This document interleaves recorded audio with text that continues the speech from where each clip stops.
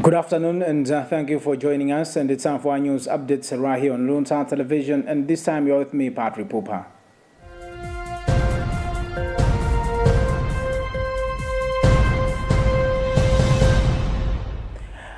As Lent begins on Ash Wednesday, February 18, 2026, Pope Leo XIV is encouraging Catholics to focus on listening, fasting, community, and to be mindful of the impact of their words.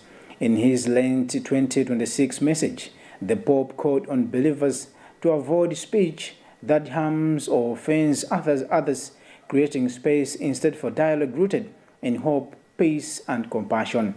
He emphasized that Lent is a time to reconnect with God's mystery and to renew commitment to follow Christ through his passion, death, and resurrection. The Pope also highlighted the importance of attentive listening, both to God and to those around us, as a way to cultivate authentic relationships and strengthen the bonds of community.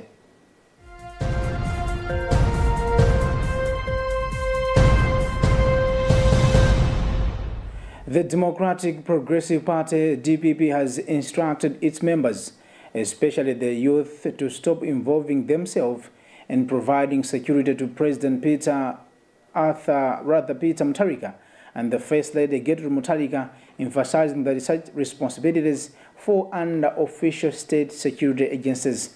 A statement directed to the regional youth leader from the Southern, Central, and Northern Region party official stated that now that the DPP is in government, its leadership is focused on executing national duties. Party spokesperson Shadrack Namalomba explained that the directive follows an incident that occurred on Friday at Parliament during the official opening of discussions on the 2026 to 2027 national budget by President Professor Arthur Peter Mutharika. According to Namalomba, some youth members had attempted to take part in the president's security arrangements, a move the party considers inappropriate.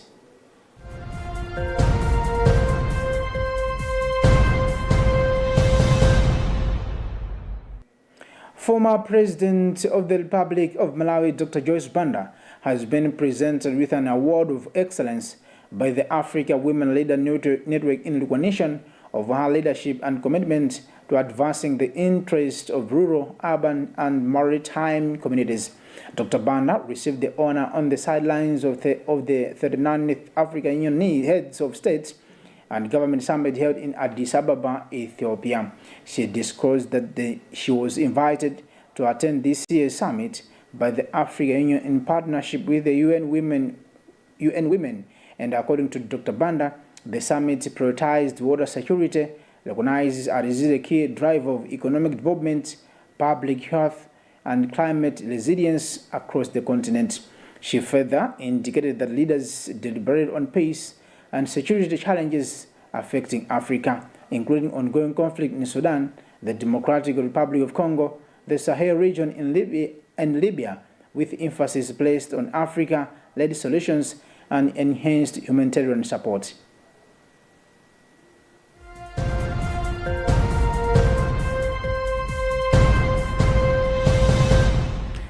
The Alliance for Democracy Afford has announced that it will contest only Rumpi Central constituency and Luinga North Ward in Mzuzu during the March 17, 2026 by-elections. In the other constituencies and wards, the party will lend its support to Democratic Progressive Party DPP candidates. Afford leadership has confirmed that party president Enoch Kamzinga Chihana will actively campaign alongside DPP candidates in areas where Afford is not fielding its own contenders. The Malawi Electoral Commission (MEC) launched the by-elections last month, scheduling polls across 4 constituencies and 9 wards.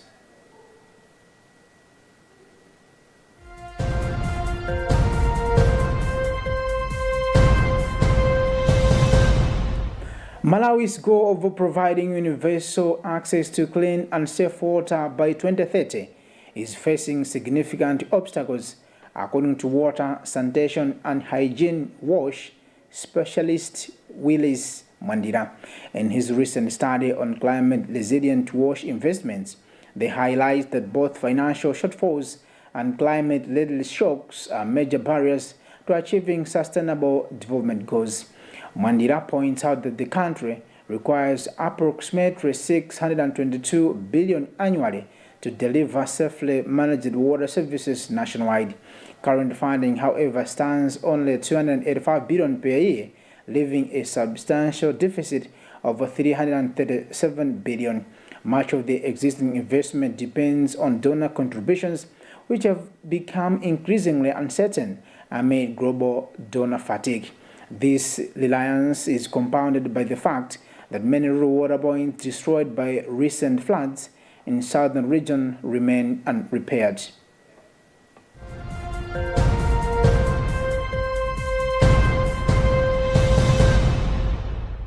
The first ever global ranking of relaxing care, conducted using the World Health Organization framework, places Malawi fourth in Africa, highlighting the countries as one of the continent's leading providers of such care.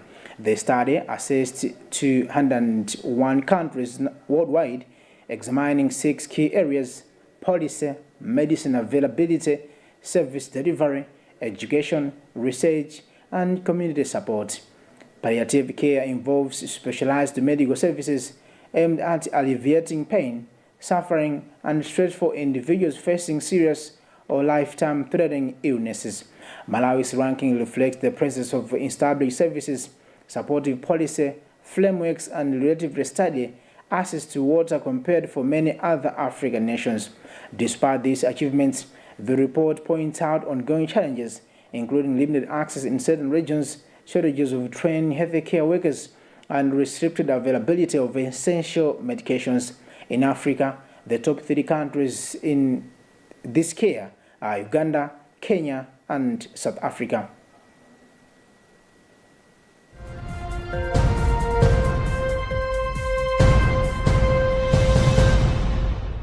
That's the end of our news updates, and this has been Patrick Pupa. Good afternoon.